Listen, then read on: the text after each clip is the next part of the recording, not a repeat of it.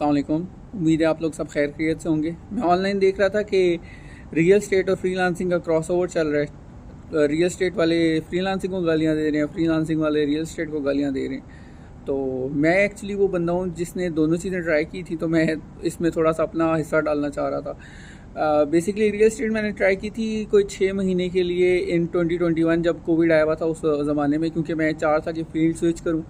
तो एक मेरे पास एक अमेज़ॉन की फील्ड थी और एक ये थी, तो इसके अंदर मैंने ट्राई किया था। इवन मैंने वो वेबसाइट वगैरह भी बनवाई थी, मेरे एक बड़े से दोस्त हैं उन्होंने बना के दी थी, काफ़ी अच्छी उसकी ब्रांडिंग वगैरह भी हमने की थी, पूरा प्रोसेस से होके गया था। इवन मैंने कुछ रियल स्टेट के एसेट्स भी सेल आउट किए थे आगे पीछे जो है ना, लोगों से लेके और ये वो। तो बेसिकली होता ये है कि रियल स्टेट के अंदर ना आपके पास आ जाते हैं काफ़ी ज़्यादा लेवल्स आ जाते हैं। मतलब आपके पास एक मोहल्ले वाला रियल स्टेट एजेंट होता है, फिर उसके बाद ऊपर वाला रियल स्टेट एजेंट होता है, फिर उसके बाद और ऊपर वाला होता है।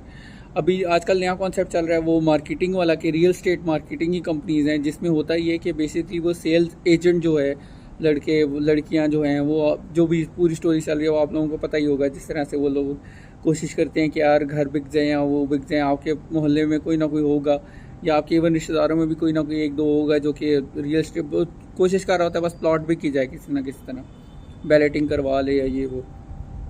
तो ये भी काम ठीक है। बीच में फिर वो होते हैं जो रेंटल्स का काम करते हैं रियल स्टेट के अंदर, फिर बीच में रियल स्टेट के अंदर वो भी होते हैं जो कि सिर्फ बनी बनाई जो ऑफ प्लान प्रॉपर्टीज़ हैं उनका काम करते हैं, फिर वो भी हैं जो ऑन प्लान प्रॉपर्टीज़ का काम करते हैं। तो ये डिफरेंट हैं और इसके अंदर डिफरेंट चलता रहता है, डिफरेंट सीन्स हैं। लेकिन आपको ये चीज़ याद रखनी चाहिए कि रियल स्टेट के अंदर जो भी बंदा काम कर रहा है, अगर पाकिस्तान के अंदर काम कर रहा है तो वो पाकिस्तान के करेंसी एक्सचेंज रेट के ऊपर ही काम कर रहे हैं, और वो जो मर्ज़ी कर ले, वो जो ज़मीन का टुकड़ा वो बेचेगा वो पाकिस्तान के अंदर ही होगा, और उसके ऊपर जो सारी हैं वो पाकिस्तान की जो रियल स्टेट की जो कानून है वही नाफिज होंगे, और उसकी वर्थ भी पाकिस्तान के हिसाब से ही होगी। फ़र्ज़ करें अगर आपने 8 करोड़ रुपए की कोई प्रॉपर्टी ली भी है, फ़र्ज़ करें, तो वो पाकिस्तान के अंदर 8 करोड़ की है, वो अगर 9 करोड़ की भी होती है तो आप जितने अरसे बाद वो 9 करोड़ की होगी उतने अरसे बाद आपके डॉलर का रेट और नीचे आया हुआ होगा। तो टेक्निकली वो डॉलर टर्म्स में उतनी की ही है, उसमें कोई ऊपर या नीचे नहीं जा रहा। वेरएस अगर आपने किसी और कंट्री में प्रॉपर्टी ली हुई हो या कुछ और लिया हुआ हो तो खैर वो लंबी बात हो जाती है। लेकिन मेरा कहने का मकसद ये है कि ये जो रियल स्टेट एजेंट्स होते हैं ये वो जब ये बात कर रहे होते हैं ना कि यार इस चीज़ की वर्थ बढ़ गई है, तो वर्थ बेसिकली उतनी ही होती है। वो ये होता है कि यार मतलब उसने अपने आप को एडजस्ट कर लिया होता है, क्योंकि पाकिस्तान में अब तरक्की तो हो नहीं रही, बल्कि इवन वो मैं पढ़ रहा था कि अबू धाबी को उन्होंने जो पोर्ट है वो $50 मिलियन का बेच दिया हुआ है, या पता नहीं क्या उसका 50 ईयर्स का कॉन्ट्रैक्ट किया है।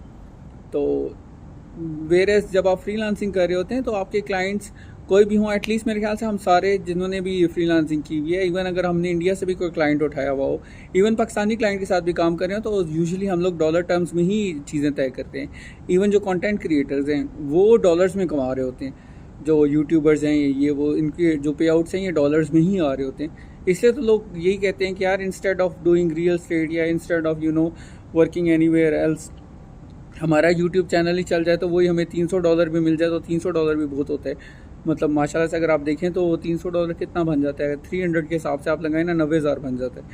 मतलब अभी मैं जब पाकिस्तान में था जिन दिनों, तो उस वक्त मेरे ख्याल से 90,000 कितना होता था, $400 पे होता था। मतलब $100 हमारा बीच में से कट हुआ है या $100 की बचत हो रही है हमें।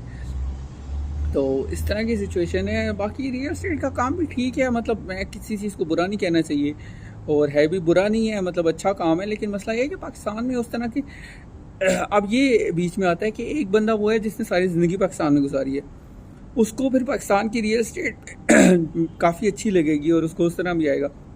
लेकिन जब आपका पर्सपेक्टिव चेंज हो जाए, स्पेशली जब आप काम कर रहे हो किसी के साथ और आपको पता हो कि अच्छा यार इस जगह पे मुझे इतने की प्रॉपर्टी मिल सकती है, इस जगह पे मुझे इतने की मिल सकती है। जिस तरह मैंने भी बात की है कि यार जो 8 करोड़ रुपए की मैंने बात की है, अब मैं आपको मज़े का बताता हूँ। आपको याद होगा दानियाल शेख को भी वो जो उन्होंने दिया है 10 ईयर्स का जो वीज़ा दिया है दुबई वालों ने, जो गोल्डन वीज़ा कहते हैं। आपको पता है 8.5 करोड़ की अगर आपके पास प्रॉपर्टी हो, और अगर आपने मतलब इस्लामाबाद में लेना है तो इस्लामाबाद के डी सेक्टर में ना आपको शायद मेरे ख्याल से 1 कनाल का प्लॉट मिलेगा, घर नहीं मिलेगा, 1 कनाल का प्लॉट आपको 8.5 करोड़ में मिलेगा। हाँ, 8.5-9 करोड़ में। और वही अगर आप यहाँ पे अपार्टमेंट ले लें तो आपको 10 साल का गोल्डन वीज़ा मिल जाता है, जो कि दानियाल भाई को मिला है।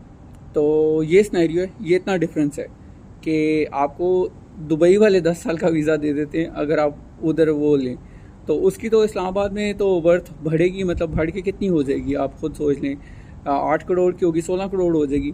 यहाँ पे अगर आपका 10 साल का वीज़ा हो गोल्डन, तो आपकी पूरी फैमिली का वीज़ा हो जाता है। उसके बाद देखें, और आपके पास घर भी होगा, ये नहीं कि आपने वो लगा दिया और चलेंगे, वो अपार्टमेंट भी होगा। वो अगर आप रेंट आउट कर दें तो आपके पास साल का जो है कम से कम यहाँ पे जो मिलता है वो 100 के दिरहम्स मिल जाते हैं आपको साल का ना। अगर आपका अच्छी जगह पे हो 2 बेडरूम, तो आपको आराम से मिल जाता है। तो ये डिफरेंस है। मैं थोड़ा सा इस पर बात करना चाह रहा था, इतना कुछ ख़ास मैंने कंटेंट सोचा नहीं था, लेकिन मैंने कहा यार इस पर बात ज़रूर की जाए, क्योंकि मसला ये है कि अगर आप प्रॉपर्टी वगैरह के अंदर इन्वेस्टमेंट कर रहे हैं और आप सिर्फ पाकिस्तान में ही रहना चाह रहे हैं, पहला तो क्वेश्चन ये है कि अगर आप पाकिस्तान में ही रहना चाह रहे हैं टोटली, आप यू आर के यार मैंने पाकिस्तान में ही रहना है, आप मेरा जीना मरना पाकिस्तान के अंदर ही है, तो फिर आपको प्रॉपर्टी में ज़रूर इन्वेस्ट करना चाहिए, लाजमी करना चाहिए।